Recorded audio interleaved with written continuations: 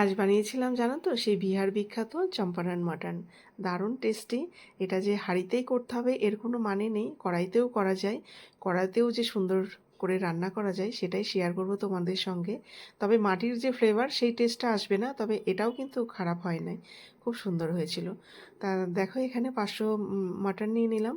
আর এখানে পেঁয়াজ কুচি, আদা রসুন আর একটু পেঁপে দিয়েছি 2 টুকরো, পেস্ট করে দিয়ে দিলাম। গোটা রসুন, গরম মশলা, তেজপাতা, শুকনো লঙ্কা। আর এদিকে দেখো হলুদ গুঁড়ো, লবণ, লাল লঙ্কার গুঁড়ো, কাঁচা লঙ্কাও দিয়েছি। আর একটু ধনের গুঁড়োটা একটু বেশি দিলাম, 2 চামচ মতো। আর সর্ষের তেলটা গরম করে ঠান্ডা করে নিয়ে দিলাম। আর এদিকে মাটন মশলা, মিট মশলা, এটা ঘরের তৈরি মশলা। আর তারপরে দেখো তেলটা গরম করে ঠান্ডা করার পর সেই পুরো সম্পূর্ণ মাংসটা সুন্দর করে হাতে মেখে তারপরে আমি এইভাবে দিয়ে দিলাম। ঠিক হাঁড়িতে এইভাবেই করতে হয়, তা সেটাই তোমাদের কড়াইতে আমি শেয়ার করছি। এটা ঢেকে প্রথমে 5 মিনিট জাল দিয়ে নিয়ে তারপরে যতক্ষণ মটনটা নরম না হচ্ছে ততক্ষণ রান্নাটা করে তারপরে উপরে ধনেপাতা ছড়িয়ে একদম সুন্দর রেডি হয়ে গেল একদম বিহার বিখ্যাত চম্পারন মাটন স্টাইলের।